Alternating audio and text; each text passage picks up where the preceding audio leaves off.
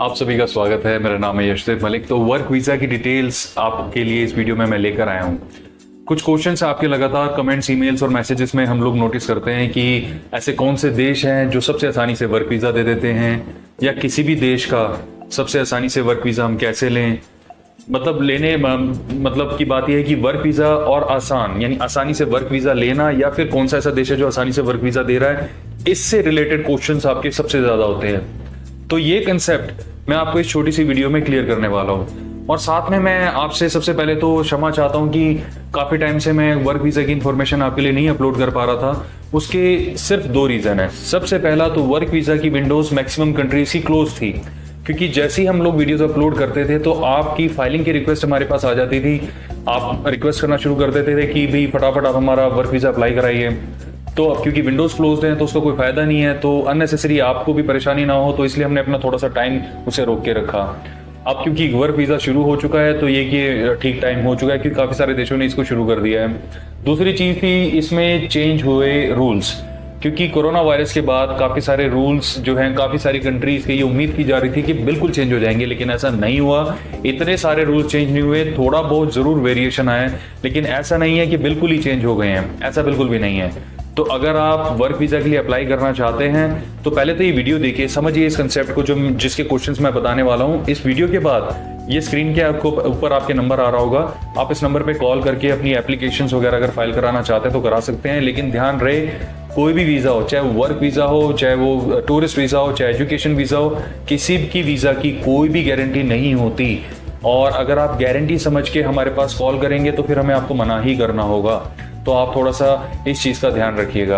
अब सबसे पहले जो क्वेश्चंस हम लोग इतने टाइम से आप लोग इतने टाइम से हमसे पूछ रहे थे, जिसके आंसर्स मैंने तैयार करे हैं, उसको जान लेते हैं कि सबसे आसानी से वर्क वीजा कौन से देश का मिलता है। आपका सबसे पहला, सबसे मोस्ट इंपॉर्टेंट क्वेश्चन यही है, सबसे कॉमन और फ्रीक्वेंटली आस्क्ड क्वेश्चन यही है।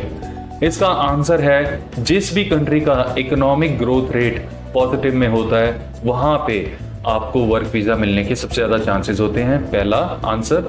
दूसरा, आपका जो प्रोफाइल है वो आपकी सक्सेस रेट को डिटरमिन करता है। अब देखिए, हो सकता है कि आपने गल्फ कंट्रीज में किसी ऑयल रिफाइनरी में काम किया है, तो आपके लिए ऑयल से रिलेटेड, पेट्रोलियम से रिलेटेड जो वैकेंसीज हैं वो बहुत सुटेबल रहेंगी, जो कि होती हैं सबसे ज्यादा रशिया में, कनाडा में, इन देशों में काफी होता है। और साउथ अमेरिका में, साउथ अमेरिका के नॉर्दर्न पार्ट में, वहां पर भी काफी सारी वैकेंसीज हैं जो देखी जाती हैं कि पेट्रोलियम से रिलेटेड, ऑयल से रिलेटेड जो रिफाइनरीज हैं उसमें निकलती रहती हैं।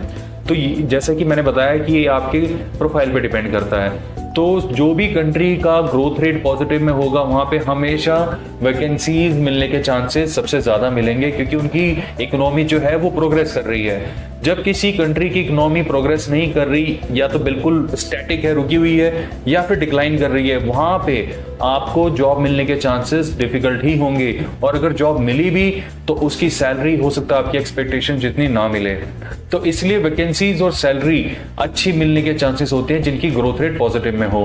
ग्रोथ रेट पॉजिटिव का मतलब ये होता है कि जो उन्होंने पिछले साल में टोटल टर्नओवर उस देश ने करा है, या तो उतना ही है या उससे ज्यादा है। उतना ही है तो स्टैटिक कहेंगे, 0% ग्रोथ रेट होगी। उससे ज्यादा है तो प्रोग्रेसिव होगी, चाहे वो 1% हो, जो 2% हो, जो पूरे यूरोप की होती है। उससे कम हुई तो यानी डिक्लाइन हो गई।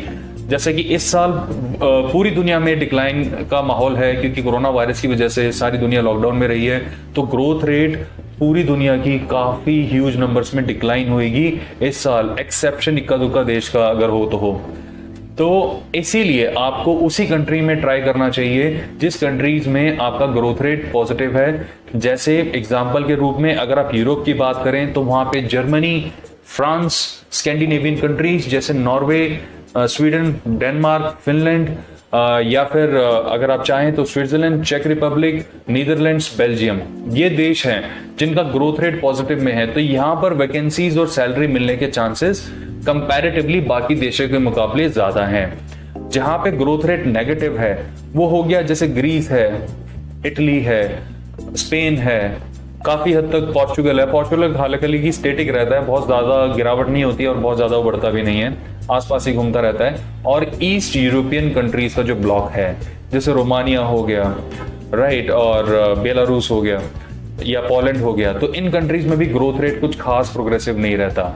होता है एक टाइम पे होता है, तो अगले टाइम पे फिर वो नॉर्मल भी हो जाता है। तो ये इसकी कैलकुलेशंस रहती है। तो आप जब भी जॉब अप्लाई करें तो पॉजिटिव कंट्रीज में ही अप्लाई करें। जैसे कि हो सकता है कि आपने ग्रीस के लिए अप्लाई करना हो क्योंकि किसी ने आपको बताया कि वो ग्रीस में काम करता है, आपका फ्रेंड है, रिलेटिव है, लेकिन ध्यान रहे ग्रीस में ऑलरेडी अनएम्प्लॉयमेंट का बहुत ह्यूज प्रॉब्लम है, तो वहां पे अगर आपने अप्लाई किया तो मिलने के बहुत ही कम चांसेस है। सिंपल सी बात है क्योंकि उनका ग्रोथ रेट नेगेटिव है। सिमिलरली अगर आप अप्लाई करते हैं जर्मनी में तो वहां मिलना थोड़ा सा बेटर है, आपकी प्रोफाइल पे डिपेंड करता है, थोड़ा सा बेटर है क्योंकि वहां ग्रोथ रेट पॉजिटिव है। तो ऐसे इसकी कैलकुलेशन होती है। अब ऐसे कौन से देश हैं, दूसरा जो आपका क्वेश्चन है कि जो बड़ी आसानी से वर्क वीजा दे देते हैं, इसका आंसर है ऐसा कोई भी देश नहीं है। सबसे पहली बात तो आपको किसी भी देश का अगर वर्क वीजा सक्सेसफुली लेना है तो उसके लिए, जैसे कि मैंने कितनी सारी वीडियोस में बताया, आपकी प्रोफाइल, आपकी एजुकेशन और आपका एक्सपीरियंस मैटर करता है। अगर ये तीनों चीजें सिमिलर हैं तो आपको उसी फील्ड में जॉब मिलने के बहुत बहुत ज्यादा चांसेस हैं। आपको ऑलमोस्ट तय ही समझिए, यानी इसका मतलब क्या है समझा देता हूं। एग्जाम्पल ले लेते हैं होटल इंडस्ट्री का। हो सकता है आपने होटल इंडस्ट्री में कहीं पर भी, सिंगापुर में या कहीं पर आपने काम किया हुआ है, यानी एक्सपीरियंस आपका होटल इंडस्ट्री का हो गया।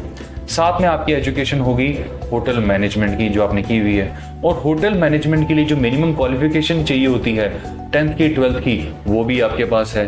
यानी वो क्वालिफिकेशन मैच होगी आपकी अपर क्वालिफिकेशन के साथ, अपर क्वालिफिकेशन मैच होगी आपके एक्सपीरियंस के साथ। ये बन गई आपकी मैचिंग प्रोफाइल। तो अब आपको होटल मैनेजमेंट की अगर जॉब ढूंढनी है या कहीं पे मिल रही है, चाहे वो साउथ ईस्ट एशिया है या यूरोप है, तो वहां पे मिलने के आपको काफी ब्राइट चांसेस हो जाते हैं। अब फाइलिंग कैसे करते हैं, इसके ऊपर काफी सारी चर्चा हम लोगों ने काफी वीडियोस में करी है, लेकिन मैं आपको एक प्रॉमिस करता हूं कि मैं बहुत जल्द ऐसी वीडियो बनाने वाला हूं जिसमें मैं आपको फाइलिंग स्टेप बाय स्टेप समझाऊंगा, कैसे बनाते हैं, कैसे नहीं बनाते हैं, क्या क्या चीजें हैं, क्या क्या नहीं है। वो मैंने एक वीडियो में और बनाई थी, उसको और ज्यादा एक्सप्लेन करके मैं और बना दूंगा। इसमें थोड़ा सा समय जरूर लगेगा, लेकिन ये डिटेल्स आपके पास जरूर आती रहेंगी, जिससे आपको जिस भी देश में, जो भी आपका सपना है जिस भी देश में जाने का, वो डेफिनेटली पूरा हो जाए। तो ये थी वो सारे आंसर्स जो मैं आप तक आज लाने वाला था। इसके अलावा भी काफी सारी वर्क वीजा की प्रोफाइल्स, वर्क वीजा की वीडियोस हैं जो अभी अंडर कंस्ट्रक्शन टाइप समझ लीजिए। आने वाले टाइम में 1 by 1 उनको फिर से अपलोड करना हम शुरू कर देंगे। तो इस चैनल को जरूर सब्सक्राइब कीजिए, शेयर कीजिए जो बाहर जाना चाहते हैं उनके साथ, और कोई भी क्वेश्चन कंसर्न हो उसे कमेंट कीजिए। उनके आंसर को लेकर हम दोबारा नई इंफॉर्मेशन लेकर वीडियो अपलोड करेंगे। अपना समय देने के लिए धन्यवाद। Bye bye.